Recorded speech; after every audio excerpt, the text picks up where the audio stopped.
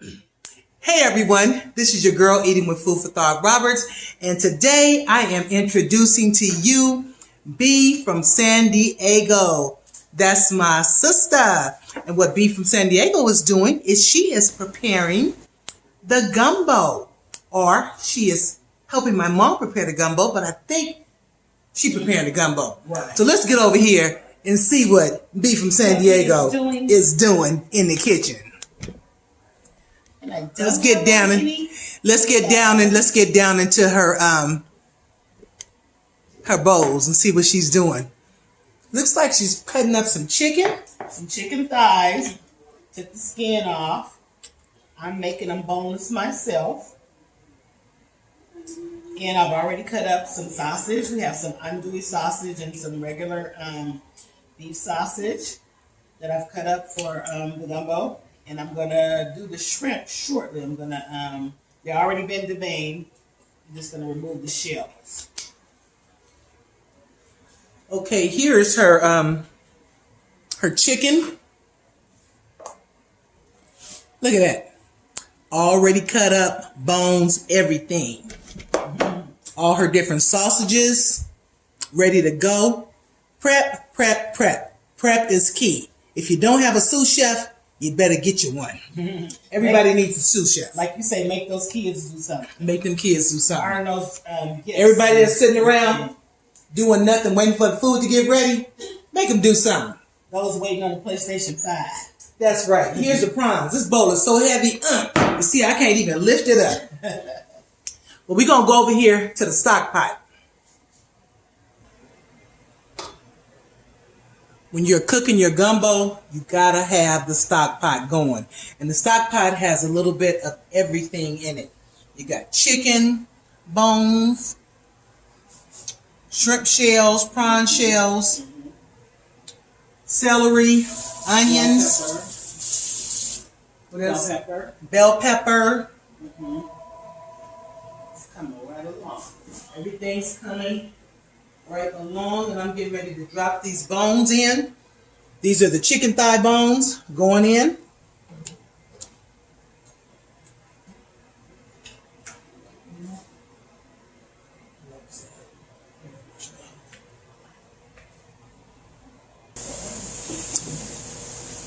Even though we already have shrimp shells in there, prawn shells, we're going to be adding more.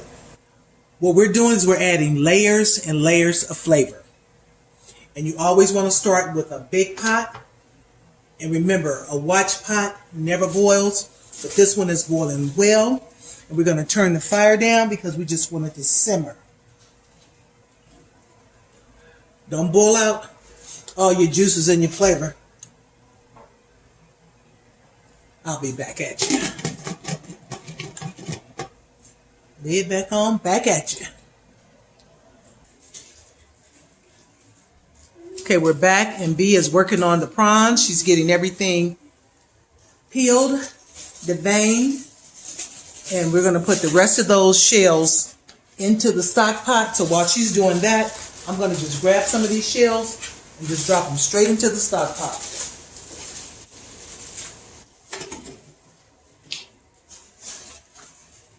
Making gumbo is a process, and when you make it, you got to make it with a lot. I can't stress this enough. Love. I know you're going to say it. A lot of love. Make your gumbo with love, because people can show tell when ain't no love in the gumbo. They're going to be saying, who mama made the gumbo? Not my mama. Not your sister either. Hello, somebody. Be back at you. Okay, now we're going to put the rest of the prawn shells into the stock pot. Bee from San Diego is doing that one. Let me make an adjustment. She's such a wonderful cook. Look at those beautiful prawns. You don't put your prawns in, though, till the very last thing that you do. Mm-hmm. Okay, those look good. Don't they look good? Look real good. Mm-hmm. Prawns always go in last. All your seafood. All your seafood. Put it in last. Let's flip this camera around. Go. I have a couple more prawns, shrimp, whatever you call them, jumbo shrimp I call them, to devein. Not devein, they're already deveined. Just have to take the shells off. Just trying to get my stock as flavorful as possible.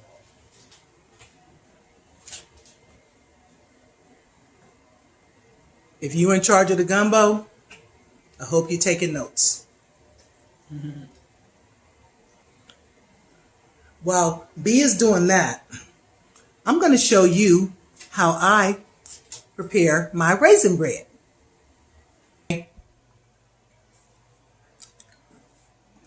Okay, B is still over here working on these prawns, and I'm over here working on this raisin bread. And I'm also going to be making some, what is it called? Artisan French bread. Wow. I have let this rise till double in bulk for an hour and 45 minutes.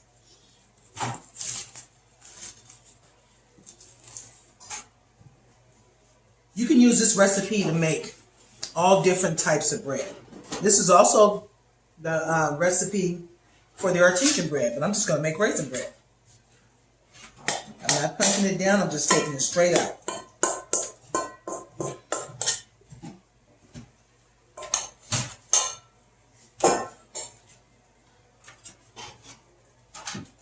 I'm going to knead it a little. Probably about 40 times.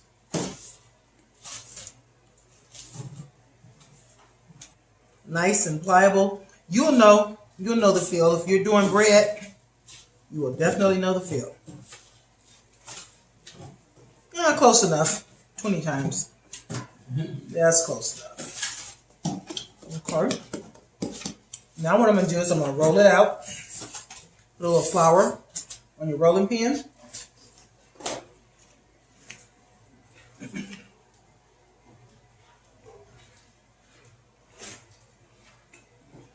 Now one thing you need to do is you need to get your Dutch oven into the oven.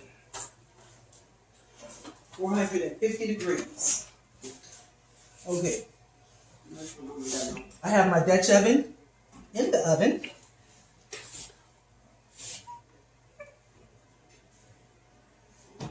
And I noticed if you let this bread, this dough rest for a few minutes, it comes out a little bit better. Okay, so now I'm going to smear a stick of butter. You want to use soft butter versus melted butter.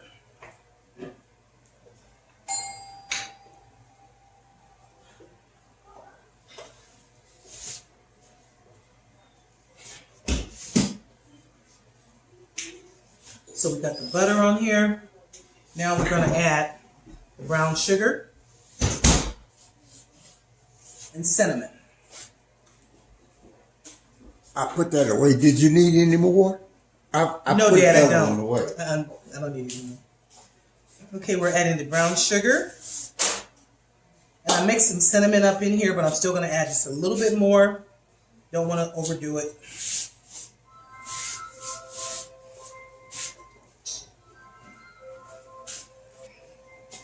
With your cinnamon, with your brown sugar, with your butter. Sprinkle a little bit, just a little bit, because I already got some in here.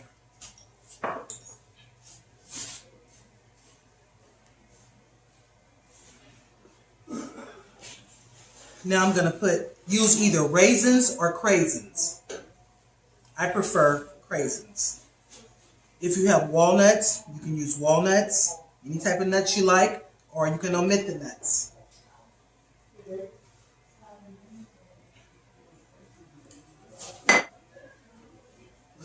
Okay, now I'm going to roll it up.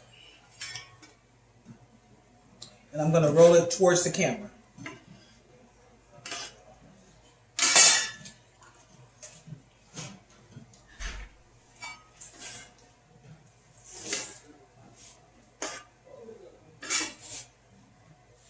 The more you do this, the better you get at it. Oh. One thing I forgot, as I'm rolling, add more butter. That's the underside.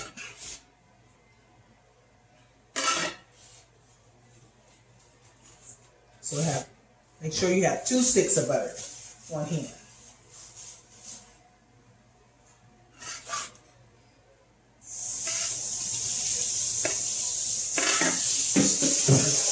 This is just how I wanted it to.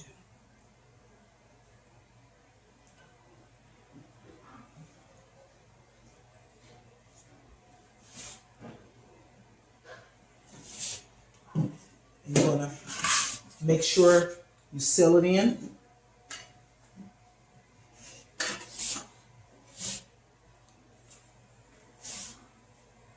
And you're gonna cook this in an oblong Dutch oven.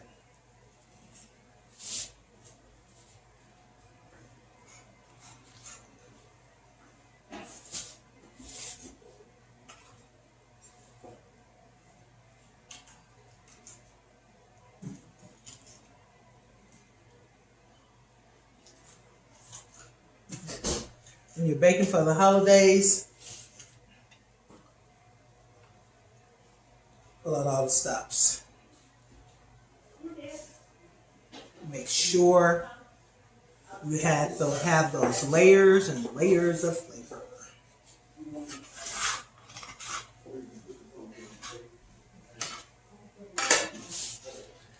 Get underneath this bottom.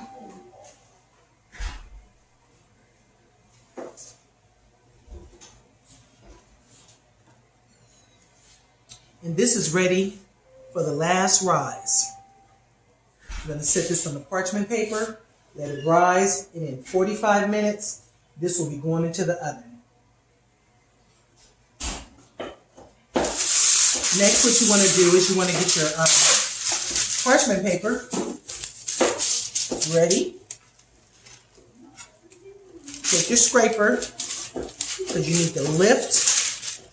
I really wish I had 2 of these, but I don't. But you got to lift it up and get it on that parchment paper.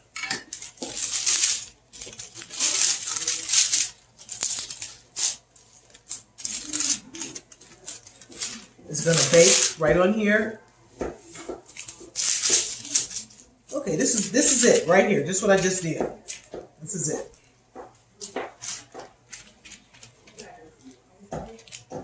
And I'm going to score.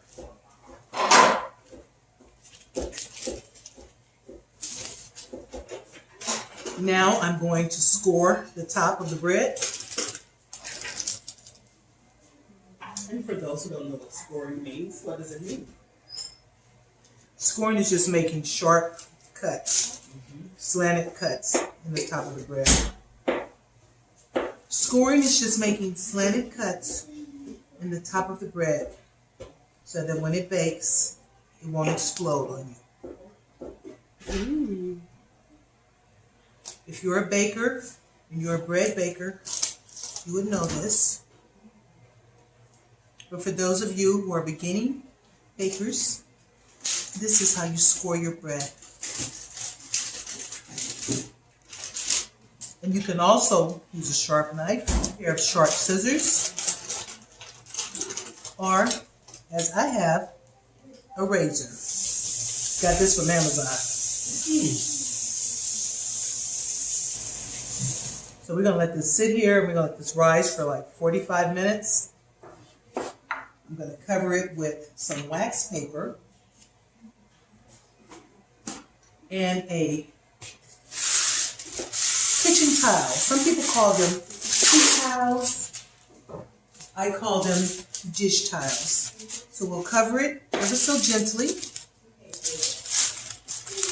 Lock it in. And this is going to rise. It's gonna rise up. This is going to rise, and I'm going to cover it with a dish towel, tea towel, whatever towel you like. To just make sure you cover it and place it in a warm area so that it can continue to rise.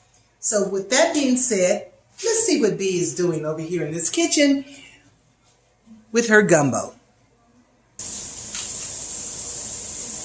Okay, back over here with B. She's at the sink cleaning up some of her vegetables, and she's chopping up some vegetables. She's making her trinity, and she's going to let you know exactly what it is she's putting in there. Okay, my trinity consists of celery, bell pepper, and onions. I've chopped up my green onions, and then I've got a few of these little small sweet peppers. I'm going to use those as well. I'm going to chop those up to go in my gumbo with just celery, bell pepper, and onions.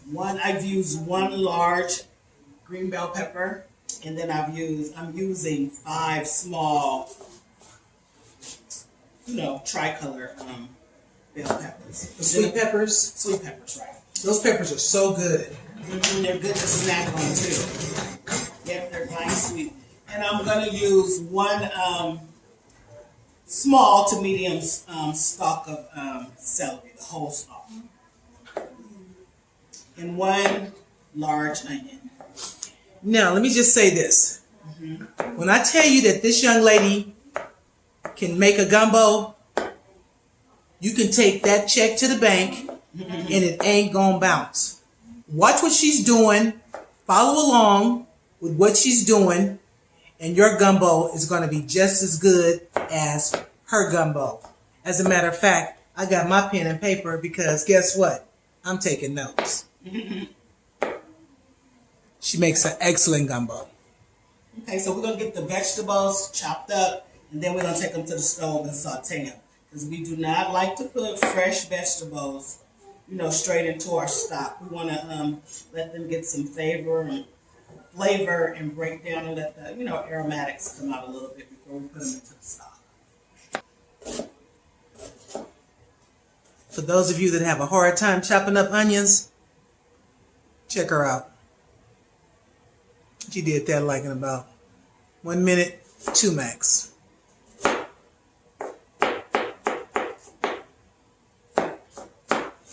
Get you a sous chef. If you don't have a sous chef, get your husband, get your kids, get your grandkids, get whoever you need.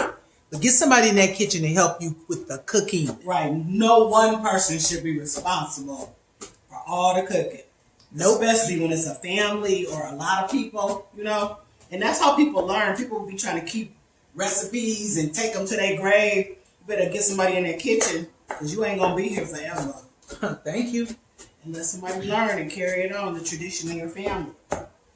That's just my take on it. Mine too. And while B from San Diego is chopping those onions, not only do I have the raisin bread over here rising, look, I have the artisan bread dough, which is ready to go. So we are going to have an artisan style French bread to go along with this gumbo. Because I don't eat store-bought bread no more. If I can't make it, I don't want it. So I'm going to get ready to do my thing.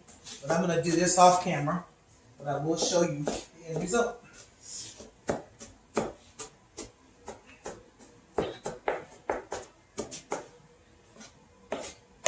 Oh, let me show you the Trinity.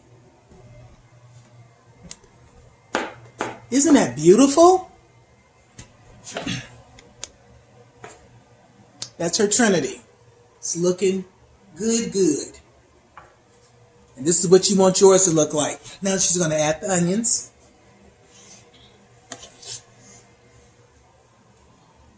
We have bell pepper, onions, celery, and sweet peppers. And that's her Trinity, and that's what's going to go in the gumbo. And her stock pot, her stock is still boiling, and it's going to be so, so good.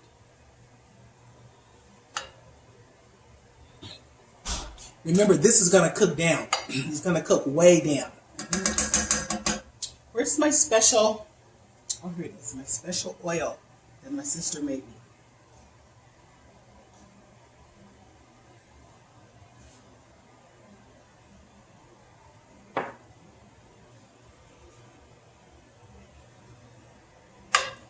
The only way you know how to cook like this is if you get up and get in the kitchen and learn.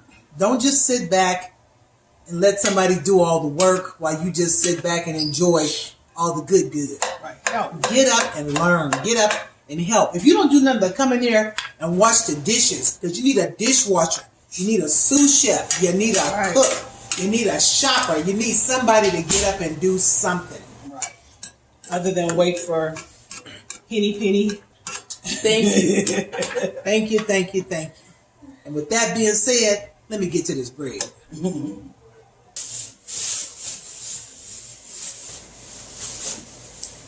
The raisin bread is ready for the oven, and it's going in a 450 degrees oven for 30 minutes, and then it will be completely done. I just sprinkled a little bit of cinnamon and brown sugar on the top.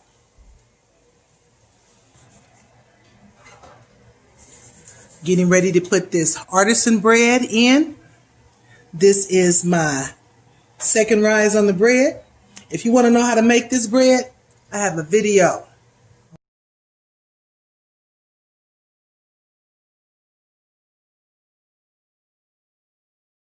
On homemade artisan bread. Go check it out. Recipe, instructions, everything is there. So I'll let you guys see this. Now I'm going to show you the raisin bread. Make sure before you put your bread in the oven that you put a lid on top of your deep frying pan or your Dutch oven, whatever you're cooking it in. That is key to baking this bread. Just took the raisin bread out the oven and it is complete. Put some more butter on top. We got butter everywhere. So don't mind that. Let's get a little closer in on this raisin bread. That's the top of it. And you remember what the other part looked like. So this is what you want your bread to look like. This cooked for 30 minutes, 450 degrees. In this Dutch oven. No, don't mind the talking in the background. That's just my sisters.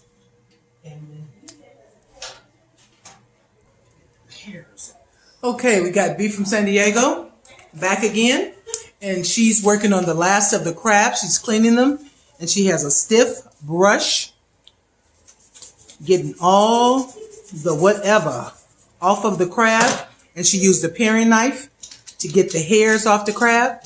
You do not want to use any soft brushes on your crab. You want to make sure you can get, if you got barnacles on there, you want to get them little barnacles off. You want to get those hairs off. You just want to get it clean. And this is work, and you really need other people helping, people that know what they're doing, because everybody doesn't know what they're doing. So she just said, oh, well, I'll do it myself. Make sure it's done right. Done to her liking. Because you want clean crab. Don't let everybody mama do crab. Taking all the good out the stock pot.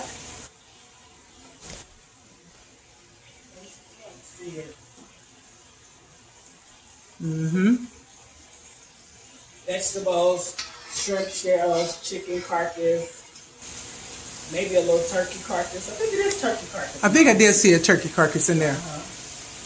You just use what you got. You just put any kind of carcass you want to put up in there.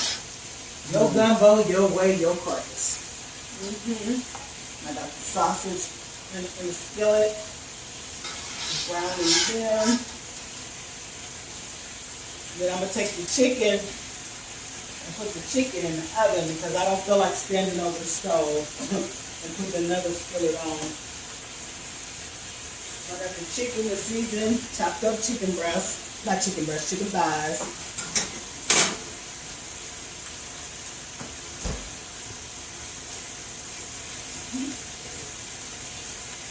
How long do you think that chicken got to cook in the oven? I'm going to check it in about 30 minutes. I got it on 400. Oh, okay. I'll check it in 30 minutes. It's not going to take that long. Because it's small pieces. And remember, if it's not all the way cooked, it can finish cooking in the stock. That's right. It is going to finish cooking this nut. It's not done, so you don't have to trip off that. And what's the last thing that's going to go into your gumbo? My shrimp. I put the crab and then I put the shrimp. But the shrimp I put very, very nice. Because basically when I put the shrimp in, I'm ready to cut it off. Because I don't want the shrimp to get rubbery and hard. Right. So, at what point do you make your roux? I'm going to make my roux after I put in the sausage and the chicken. Then I will start working on my roux. I put my roux in before I even put in the crab and the shrimp. Okay. Once the shrimp go in, that heat is going to cook them so quick. Right. That you don't want to continuously cook them because it will get rubbery. Because the crab is already cooked as well. Right. And we're just reheating it. If you're not cooking crab, you're getting the crab cooked. You know, if you buy it in the store, it's cooked. Right. And the crab is already, when you buy crab, if it's not alive, they have to cook it. They cannot sell crab uncooked. Well, we got the chicken in the oven. We have the sausage cooking in the frying pan. She's clearing out the stock pot. She just has the juices left in the stock pot. I'm going to put this in the stock pot now, though, the trinity. Okay. I want to make sure I got all this, you know.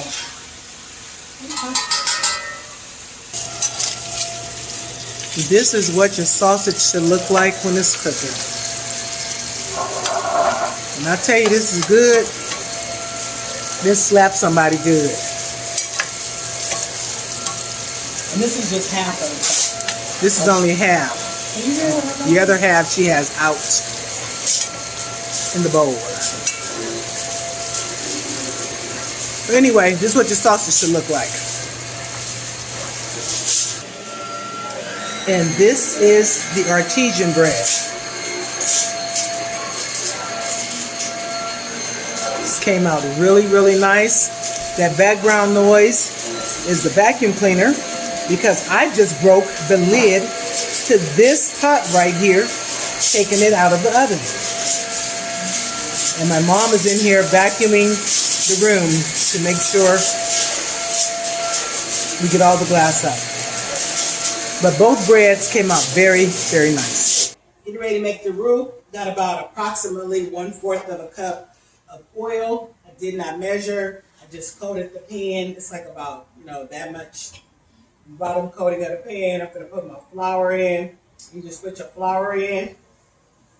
And just let it just start bubbling. And you stir. Sis.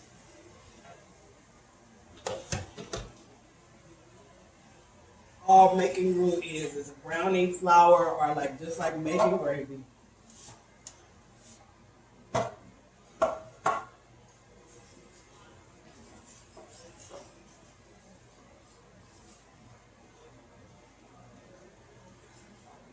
And you might have to make more than one roux to get your gumbo to the desired, thickness. But just, I would suggest instead of just putting a lot of oil in here and putting a lot of flour, just make it in batches, in small batches. So you get it how you want it.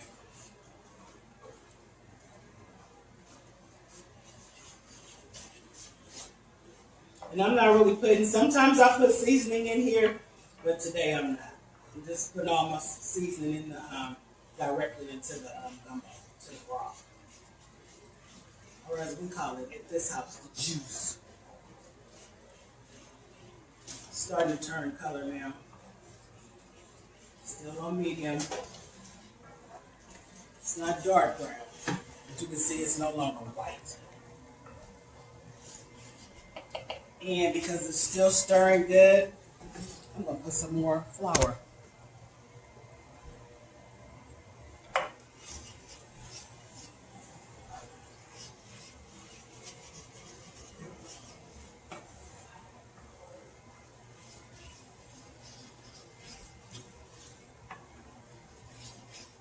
When it gets like this, where it's kind of thick, you got enough flour in it for this batch. Now, if I want to put some more flour, I need to put some more oil. as well.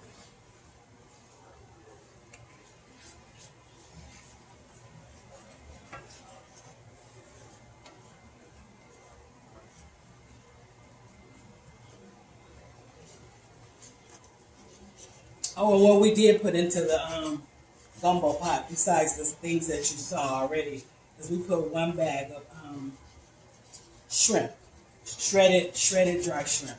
Powdered shrimp? Powder shrimp, yes. This is the powdered shrimp. Ground shrimp. And this is good. She used the whole bag. 1 bag. Because it'll make it too salty if you use too much. And some people's handle is hot because it's been cooking for a while. And this is how I do mine.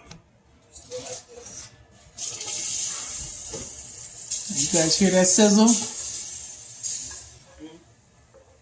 And then if it's like, something left in, that's when I take the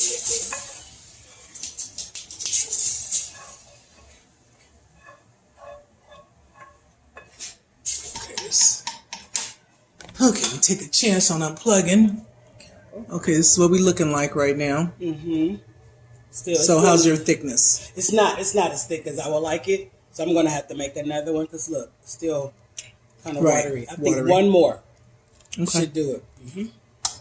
So 1 more of what you just saw. We back with Beef from San Diego. She just put the chicken in. She's put the sausage in. Now she going all in with that good crab. And look how she leaving it. Show them how you leaving it, B. Look at that.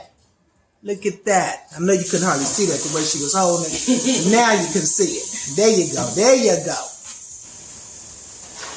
That's the serve.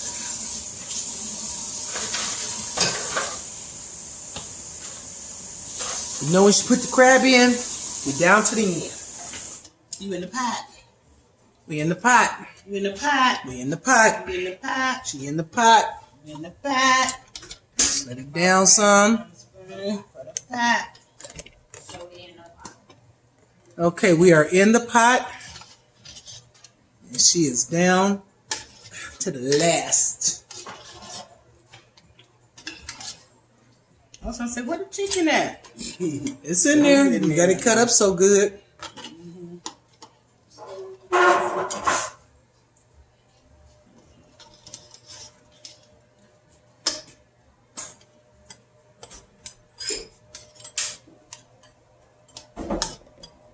Okay, we're going to let that heat back up. Let that cook for about 8 minutes. Warm up that crab and then drop them shrimp in there. And then we're going to look for the rice. Peace. Hey, what's up?